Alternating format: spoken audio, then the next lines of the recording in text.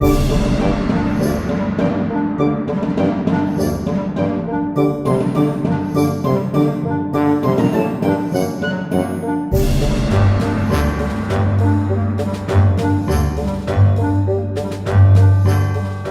una vez más, bienvenidos al temporal de documentales de Cooperativa.cl y Chiledoc, el primer ciclo de documentales chilenos online. Hemos estado viendo algunas piezas que son claves para entender quiénes somos, cuál es nuestra cultura. Hemos visto el documental de Los Ángeles Negros, hemos visto Nostalgia de la Luz y esta noche hemos visto Habeas Corpus. Habeas Corpus es un documental dirigido por Sebastián Moreno, el autor del recordado documental La ciudad de los fotógrafos, y por Claudia Barril, que en 2009 ya publicaba En defensa propia. Claudia Barril está con nosotros para conversar respecto a Habeas Corpus, que además va a estar disponible en el sitio cooperativa.cl, sitio temporal de documentales.cooperativa.cl, hasta el domingo 19 de junio. Claudia Barril, ¿cómo estás? Muy buenas noches. Hola, buenas noches. Claudia, cuando uno recién termina de ver Habeas Corpus, ¿qué es lo que pasa con muchísima gente que nos está viendo en este momento? Hay un montón de sensaciones, ¿no?, que tienen que ver, yo creo, con el dolor de lo ocurrido en Chile, pero también con el orgullo del trabajo que hicieron estas personas y la admiración por los pequeños gestos, las estrategias que fueron desarrollando para intentar doblarle la mano a un poder que era prácticamente absoluto, represor, autoritario y particularmente en aquellos casos que veía la vicaría, muy, muy cruel. Claudia Barril, hay muchas personas, muchísimas personas que en este momento acaban de ver Habeas Corpus y muchas por primera vez. Cuando uno observa este documental, uno ve el trabajo de un momento muy doloroso en la historia de Chile, pero también hay un espacio de admiración, yo creo, por la viveza, ¿no? Si esa es la palabra, para ocupar una palabra actual, la forma en que fueron, en medio del horror, diseñando estrategias para sobrevivir ellos a estos relatos muy dolorosos que ellos escuchaban, mantener su seguridad, pero además ir construyendo estrategias, que terminaron siendo estrategias jurídicas también, ¿no? Y de documentación de un momento de la historia de Chile que yo creo que no conoceríamos de la misma forma si estas personas no hubieran trabajado como lo hicieron. Y para ti lo importante no es solo lo que hicieron los abogados, porque pensamos en la vicaría y pensamos en abogados. Entiendo que desde la mirada del documental lo importante es el rol que jugó cada una de las personas que estuvo allí, ¿no? Sí, no, yo creo que lo que muestra, digamos, el documental en cierta forma es cómo se organizó este sistema de información, lo que llamamos, digamos, la contrainteligencia a la dictadura militar, este trabajo silencioso, diario, cotidiano, que lo desarrolló un grupo de personas, ¿no? Un grupo de personas que de forma anónima trabajaron finalmente por el bien común, ¿no? Por la defensa de los derechos humanos. La vicaría es una institución que depende de la Iglesia Católica en Chile. Y la Iglesia Católica en América Latina cumplió un papel que ha sido muy criticado desde el punto de vista de que en la mayor parte de los países no logró realizar ningún tipo de defensa de los derechos humanos. Y que además en algunos países se alineó incluso con el poder. Sí.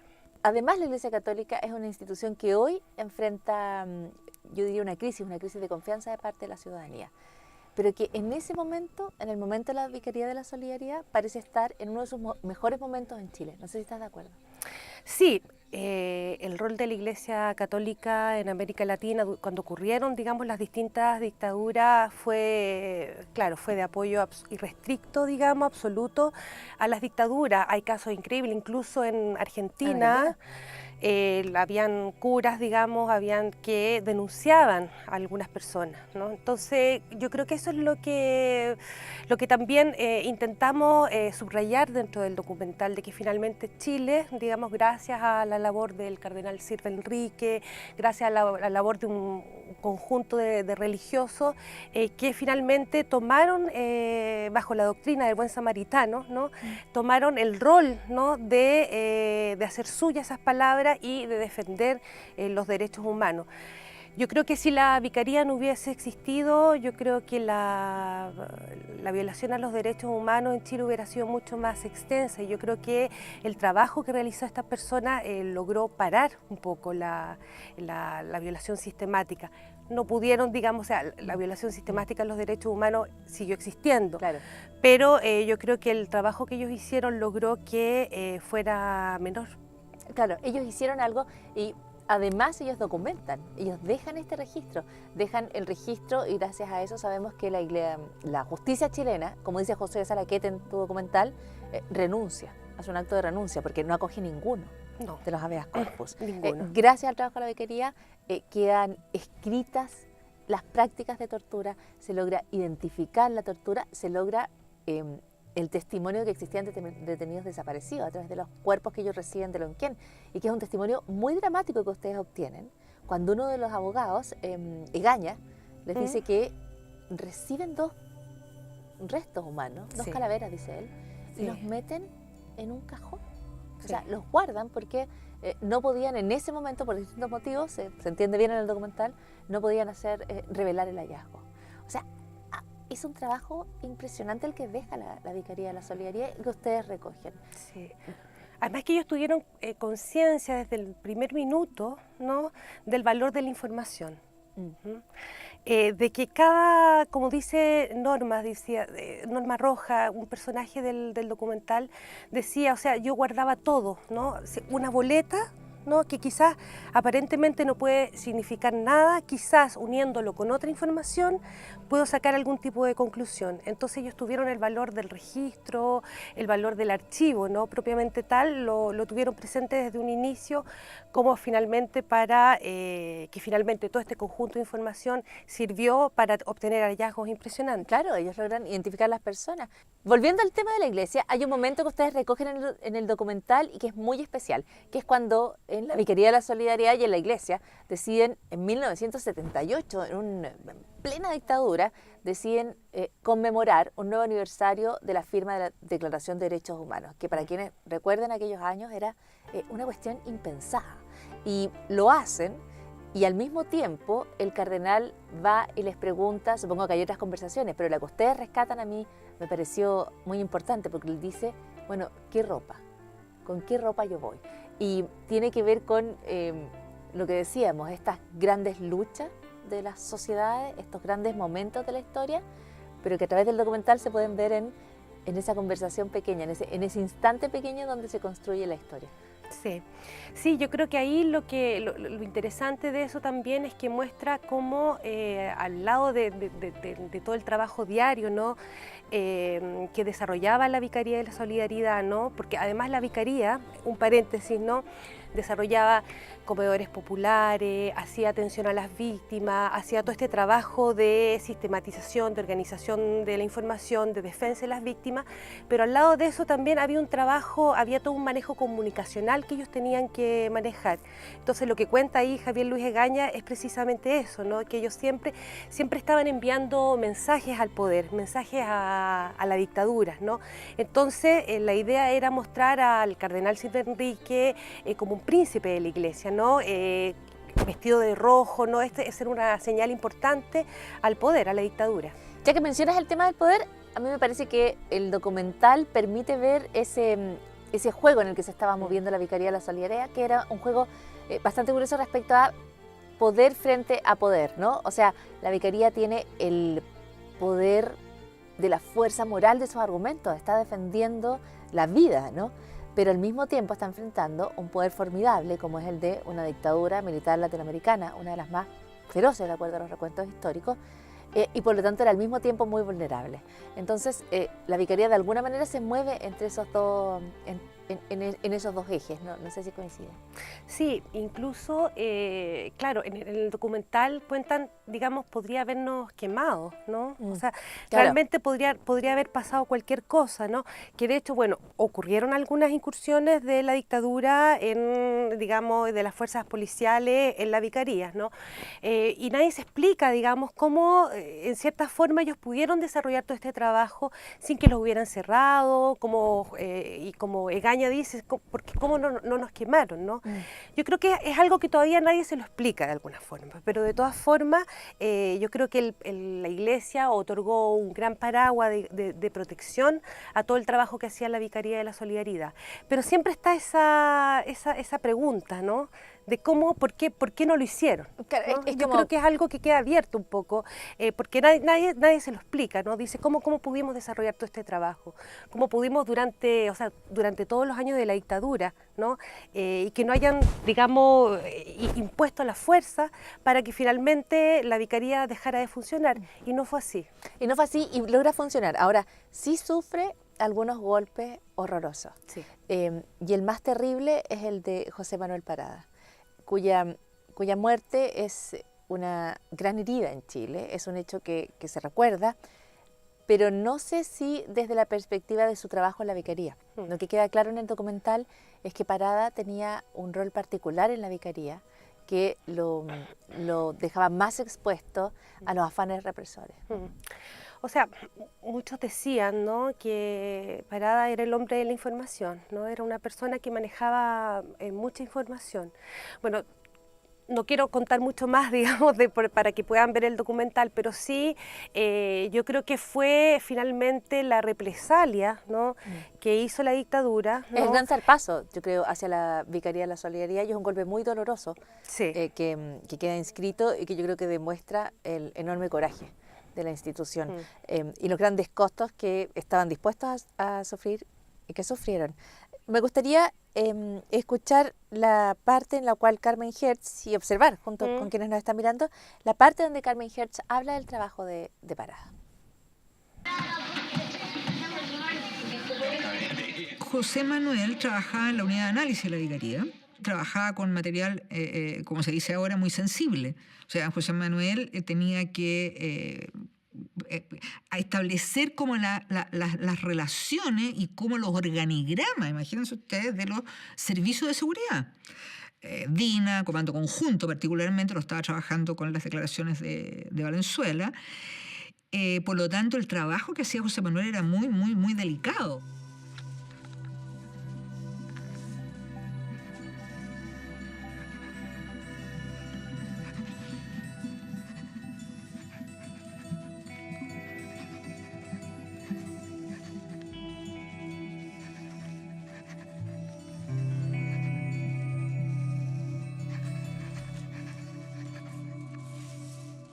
Claro, ahí Carmen Hertz explica un poco lo mismo que nos estabas diciendo tú, respecto a cuál es este rol que está cumpliendo Parada en ese momento y el trabajo que está haciendo en la Vicaría de la Solidaridad. Ustedes entrevistaron a más de 40 personas para esta historia, ¿no? Sí.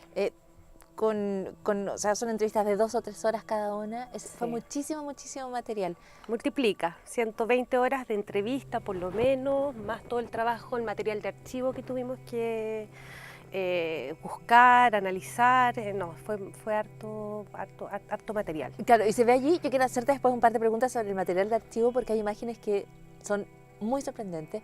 Pero en cuanto a las entrevistas, ¿de qué manera seleccionaron la historia? ¿Cómo fueron eligiendo y editando las declaraciones para contar la historia que ustedes querían contar, o dar la perspectiva que ustedes imaginaban para el documental?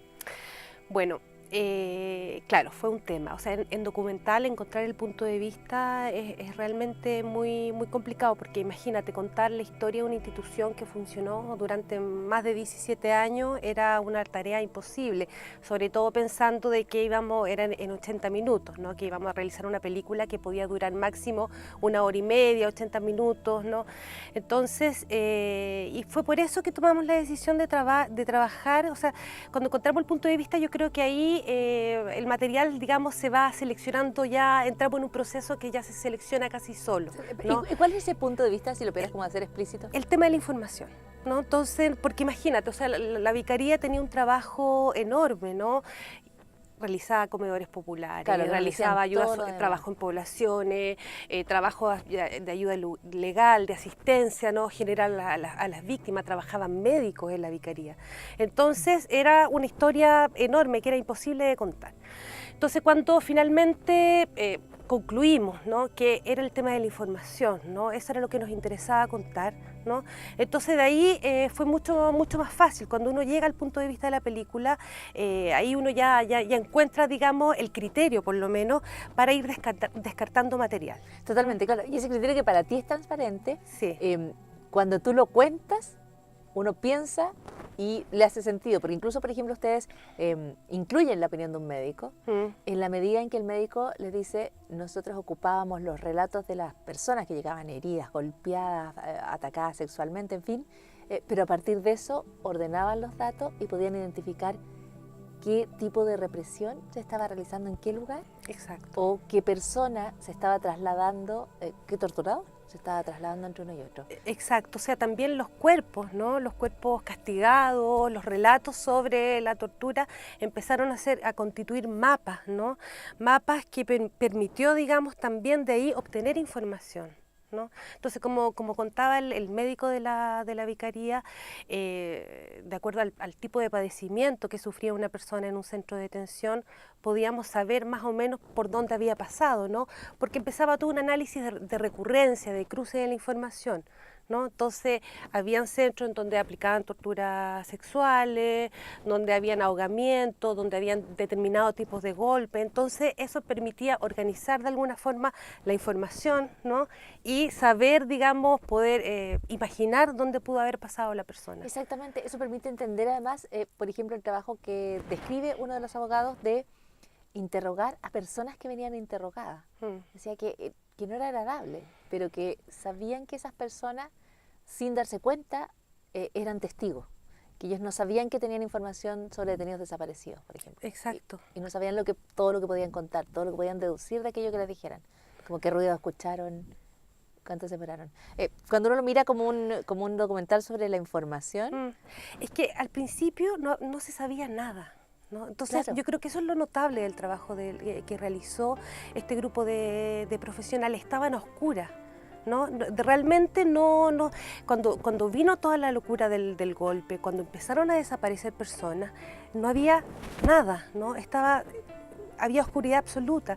Entonces, poco a poco, ¿no? Empezó a llegar una persona, empezó a llegar a otra, empezaron a contar su historia. Entonces, de ahí se empezó recién, digamos, a realizar conclusiones. Entonces, todo el trabajo que fueron haciendo fue a partir de la nada, y yo creo que eso es lo invaluable, ¿no?, de este trabajo. Además que fueron las únicas personas que lo realizaron. Sí, y tiene sentido, y además a mí me da la impresión de que funcionan en dos sentidos. Tú dices, cuando aparece toda la represión, no hay dónde buscar, no hay una historia, y esa historia se empieza a construir. Pero al mismo tiempo, el poder que reprime, lo que hace es tratar de borrar todas sus huellas.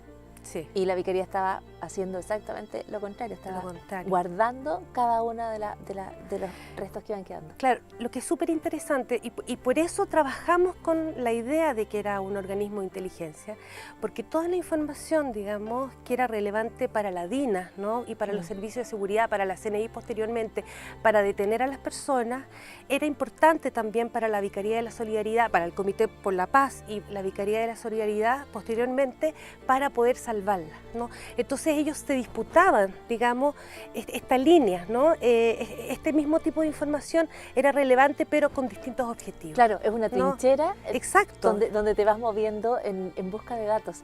Es una trinchera peligrosa, una trinchera que los hizo correr enormes riesgos, pero fue realmente, yo creo que eso es lo que intentamos, digamos, dar cuenta, y eso es lo que muestra un poco el valor, ¿no?, de estas personas, porque tuvieron que atravesar también esta delgada línea, ¿no? Tuvieron que también hacer algún tipo de operación de obtención de la información, que no era solamente a través del testimonio de las personas que llegaban, ¿no? Tuvieron que obtener información, ¿no? Claro, no solo contenían y Exacto. escuchaban testimonio, salieron en busca de la información. Exacto. Lo dice el abogado Jaime Esponda en el documental, y podemos revisar parte de, Sí. de esa escena. Sí. Para descubrir qué ocurría con esa persona que había sido detenida y de la cual nada se sabía. Y también para prevenir que otras personas pudiesen sufrir lo mismo. Para nosotros era muy importante contar con la misma información que era importante para la DINA, con la misma información que había buscado y que había encontrado a la DINA, y que gracias al hallazgo esa información había caído la persona y podían caer otras. De allí que alguna vez se dijo que la Vicaría era un organismo de contrainteligencia.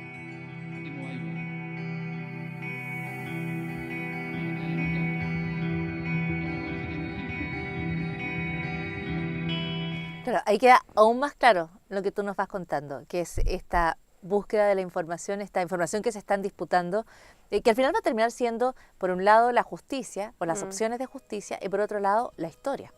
O sea, son dos batallas en líneas fundamentales las que están dando estas personas. Sí, es que la información se ocupaba, claro, en un principio, o sea, para la defensa de las personas era una información fundamental, ¿no?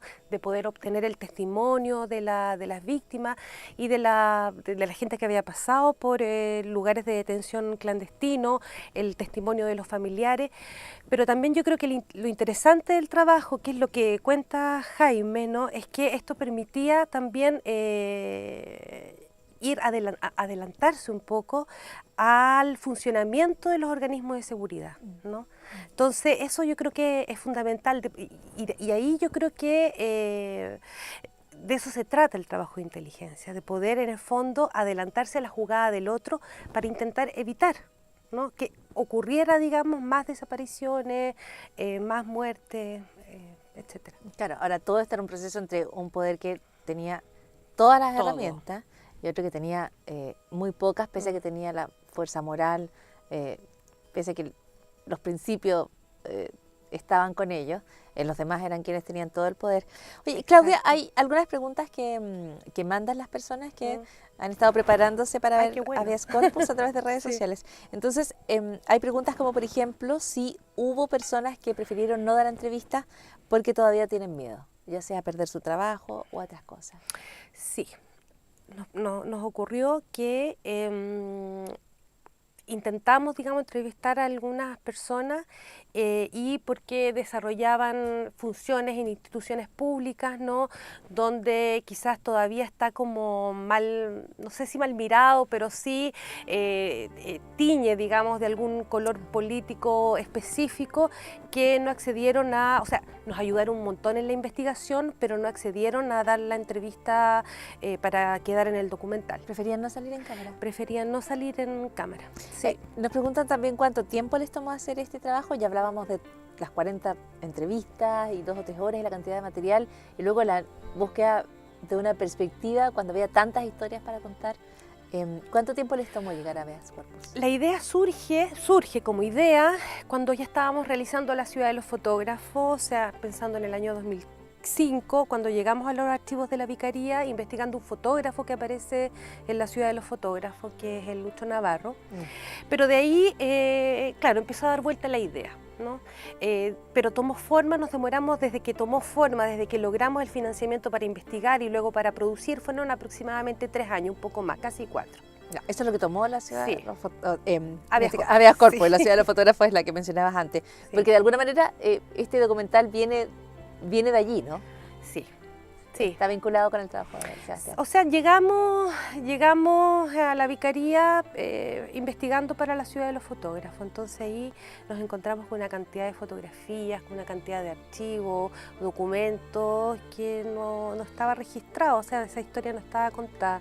Entonces dijimos, bueno, de alguna forma se impuso, y por eso se origina, se impone, ¿no? De alguna forma, a partir de la manifestación de estos documentos, de estas fotografías, dijimos, bueno, contemos esta historia, ¿no? Claro, que no está contada. Claro. Y la fotografía es, de nuevo, información, como tú decías. Otra cosa, hay, en el documental está la historia de Lonquén, donde la fotografía es fundamental. Sí. O sea, es muy importante.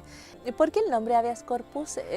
Hay una descripción que es muy clara de la figura, de esta figura jurídica, ¿no? Sí. Que es además tan antigua. Muéstrame el cuerpo. Hágase presente el cuerpo. Hágase presente el cuerpo para yo saber que esta persona no ha sido está aquí, digamos, y no está muerta y no está dañada.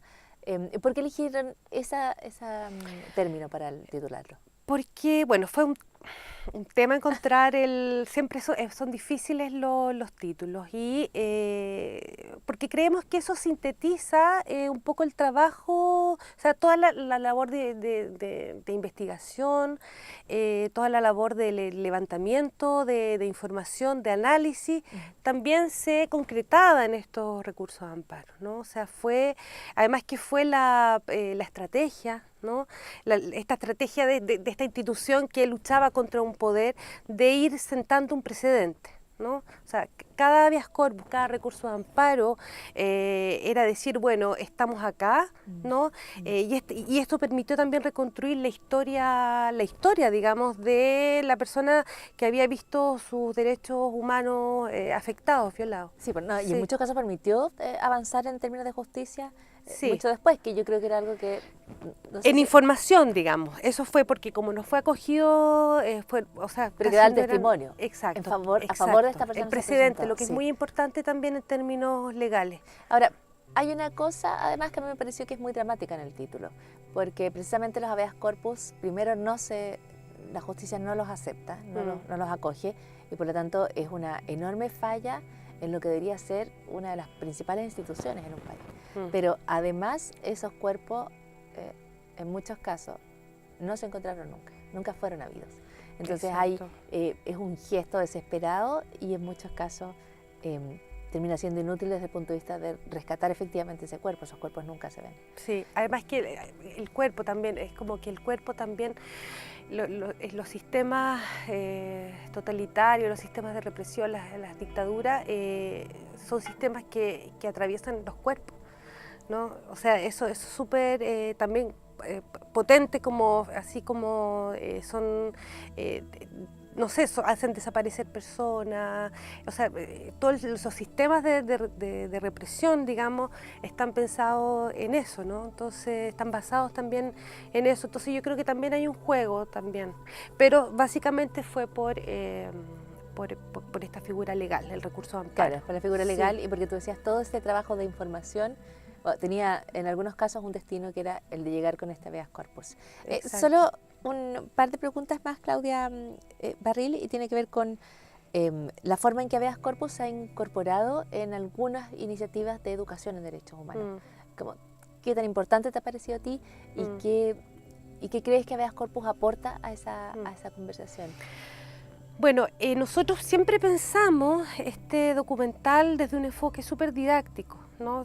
Si uno se fija, como la estructura también es muy informativo, ¿no? Y el objetivo también de hacer esta película, yo creo que hoy también tiene un objetivo como un fin educacional, ¿no? De poder mostrar, transmitir a las nuevas generaciones una parte importante de nuestra historia. Entonces yo creo que hoy en día lo audiovisual también, yo creo que ya los alumnos, no sé, los jóvenes ya han integrado lo audiovisual, digamos, en su vida cotidiana, ¿no? No es como en mi época que, claro, eran los textos y punto. Entonces, también creemos que los documentales, lo audiovisual, ¿no? Se tiene que hacer cargo también de la tarea de generar contenidos educacionales. Entonces yo creo que es súper importante como eso, ¿no? De ver también la generación, la realización de documentales que tengan esa finalidad. Y en ese proceso de, como tú dices, educar y contar una historia y hacer justicia, además a un trabajo magnífico, como fue el de la Vicaría de la Solidaridad, magnífico en términos de lo magno, de la magnitud del esfuerzo y de la magnitud de las ideas que los inspiraban. Habeas corpus es parte de esa educación que en derechos humanos a ti te gustaría ver más. Habeas corpus queda posteado en temporaldedocumentales.cooperativa.cl hasta este domingo y se podrá ver de manera perfectamente gratuita. Este es el primer ciclo de documentales chilenos online. Es una iniciativa de cooperativa.cl y además de Chiledoc, así que quedan todos invitados e invitadas. Hasta el domingo se puede ver Habeas corpus. Muchísimas gracias, Claudia. Gracias. Buenas tardes.